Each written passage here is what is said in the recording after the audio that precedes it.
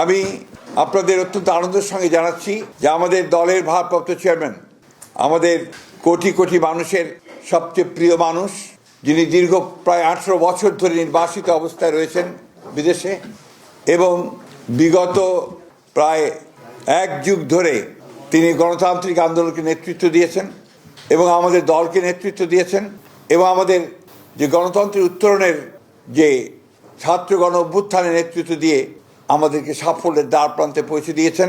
আমাদের সেই সংগ্রামী নেতা, এই দেশের গণমানুষের অত্যন্ত প্রিয় মানুষ জনাব তারেক রহমান, আমাদের দলের ভারপ্রাপ্ত চেয়ারম্যান, তিনি আগামী 25শে ডিসেম্বর, আমি আবার রিপিট করছি যে আগামী 25শে ডিসেম্বর তিনি ঢাকার মাটিতে আমাদের মাঝে এসে পৌঁছবেন।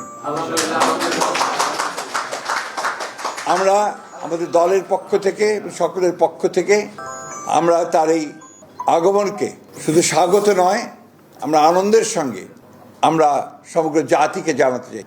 এবং আজকে গণতন্ত্র উত্তরণের পথে যে সমস্ত বাধাগুলো সৃষ্টি হয়েছিল, আমরা মনে করি যে আমাদের ভারপ্রাপ্ত চেয়ারম্যান তারেক রহমান সাহেব দেশে এসে পৌঁছলে সেই সমস্ত বাধা দূর হয়ে যাবে।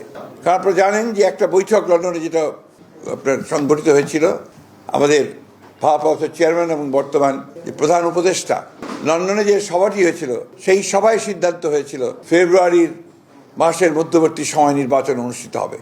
ফলে আমাদের নির্বাচন সম্পর্কে যতটুকু আপনার একটা শঙ্কা ছিল সেটা চলে গিয়েছিল।